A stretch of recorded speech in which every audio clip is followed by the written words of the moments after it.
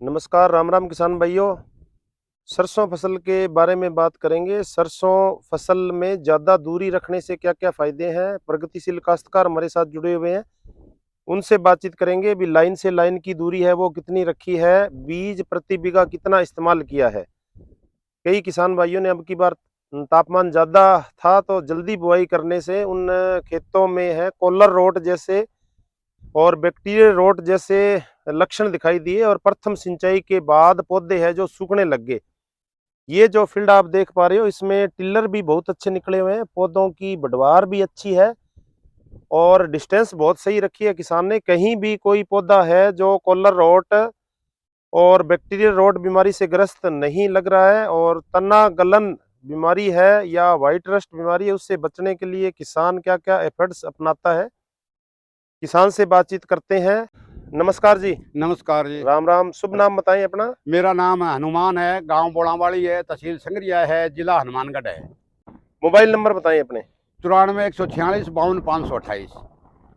सरसों फसल की बात करें तो तना गलन की बात करते हैं। सबसे पहले कवक जनित बीमारी है जो कि मरदोड यानी कि भूमि के अंदर इसके कोनेडिया पड़े रहते हैं, प्लस बीज के साथ फसल अवशेष यदि जमीन में पड़े रहते हैं तो वहां पर तना गलन की समस्या आ जाती है। तो नमना राम जी, तना गलन से बचने के लिए आप क्या क्या उपाय करते हो? तला तना गलन से बचाव के लिए पहले तो मैं ये करता हूँ कि इसकी बिजाई है, जो ये बीटी कॉटन वाली मशीन है, 2.25 फुट के पाड़े से बिजाई करता हूँ।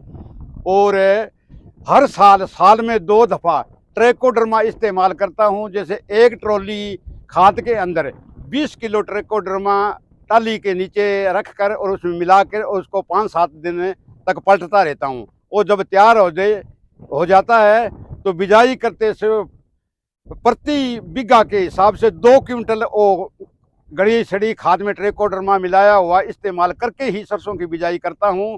तो वो जो जड़ गलन और तना गलन वाली बीमारी है वो पहले जमीन से चालू होकर ऊपर पौधे में जाती है। तो बीज उपचार ट्रैकोडर्मा से करना चाहिए और ट्रैकोडर्मा जमीन में इस्तेमाल है, जमीन भी उपचारित करनी चाहिए। स्प्रे की बात कर लेते हैं। तना गलन से बचाव के लिए कौन सी स्प्रे इस्तेमाल करते हो?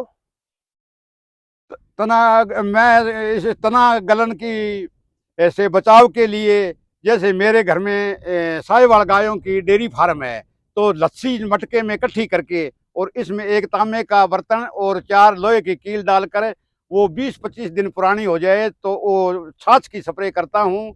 जैसे आधा लीटर पर ढोल की, यानी 100 लीटर पानी के अंदर 3-4 लीटर वो साथ मिलाकर और स्प्रे करता हूँ। 2 स्प्रे करने के बाद में वो तना गलन रोग नहीं आएगा और पैसे खर्च करने की जरूरत नहीं है, मेहनत लगती है। पौधों की संख्या की बात करें हनुमाना राम जी, सघन सरसों बुआई करते हैं और बीज की मात्रा ज्यादा डालते हैं। यदि डिस्टेंस सही रखते हैं तो पौधों की संख्या कम होने से वायु संचार वगैरह अच्छा होता है, जिससे बीमारी कम आती है। कम आती है। अरे जो संकड़े पाड़े से जो 1 फुट के पाड़े से बिजाई करते हैं उसमें तना गलन रोग अधिक आता है और इस रोग आने के कारण सरसों का उत्पादन भी कम होता है और वो खेत में बीमारी है जो जड़ें फैला लेती है और उसमें हर साल फिर बीमारी आगे बढ़ती जाती है। जब इस साल हमारे खेत में बीमारी नहीं हुई तो अगले साल भी बीमारी आने के चांस है नहीं होते। किसान भाइयों बहुत अच्छी बात बता रहे हैं। एक बार जो आपका कोनिडिया है या इनोकुलम है जब जमीन में इंटर कर जाता है तो बीमारी प्रति वर्ष है जो बढ़ती रहती है। डिस्टेंस की बात करें, कितनी दूरी रखी है लाइन से लाइन की? लाइन से लाइन की दूरी ये 2.25 फुट है। जो ये बीटी कॉटन बीजने वाली मशीन है उससे मैं ये बिजाई करता हूँ और कुछ भी नहीं करना पड़ता। जो नरमे का बीज डालती है वही चक्री सरसों का बीज डाल देती है और 300 ग्राम पर बीघा के हिसाब से बिजाई कर देती है। किसान को कुछ मेहनत करने की जरूरत नहीं है। जैसे बीटी कॉटन बीजने वाली मशीन है उससे बिजाई करें और सरसों का अधिक उत्पादन होगा। ये मेरा 2-3 साल का प्रैक्टिकल है। जो नरमे वाले पाड़े से बिजाई होती है उसमें उत्पादन 1-1.5 क्विंटल पर बीघे के हिसाब से अधिक होता है। अगर संकड़े पाड़े वाली सरसों 5 क्विंटल होगी तो ये 6-7 क्विंटल होगी। खरपतवारों की बात करते हैं नवनाराम जी, आपके खेत में कहीं भी किसी प्रकार का बाथू है, प्याजी है या कोई अन्य खरपतवार गाजर घास नहीं दिखाई दे रहा है, तो इसको कैसे नियंत्रण करते हो? इसका ये है, जो मैं जब बिजाई करता हूँ तो उस टाइम में बहुत गहरी जुताई करके ही सरसों की बिजाई करता हूँ, ताकि इसकी जड़ बहुत गहरी चली जाए और जो खरपतवार है वो नहीं उगते। गहरी जुताई करने से बीज है वो नीचे सतह में चले जाते हैं और उनका उगाव है जो कम होता है। हाँ जी। और निराई गुड़ाई की बात करें, कोई आपने इसमें हड़वा वगैरह की हो तो? मैंने इसमें जैसे बिजाई के 35 दिन बाद में जो नरमे में चलाने वाले हड़ होते हैं, सीलर बोलते हैं जिसको, वो सीलर निकाले हैं और अब इसमें मैंने पानी लगा दिया और अब ये 5 या 7 हफ्ते के अंदर बत्तर आ जाएगी तो मैं दोबारा इसमें सीलर और निकालूंगा, जिससे जमीन पौली रहती है और एयर संचार अच्छा होता है। अच्छा होता है। प्रथम सिंचाई के समय आपने कितना उर्वरक इस्तेमाल किया? प्रथम सिंचाई के अंदर इसके अंदर 2 किलो सल्फर जो 80% आती है वो, और 15 किलो यूरिया इस्तेमाल की है मैंने बस। अब दूसरी सिंचाई करेंगे तो 15 किलो यूरिया और डालेंगे।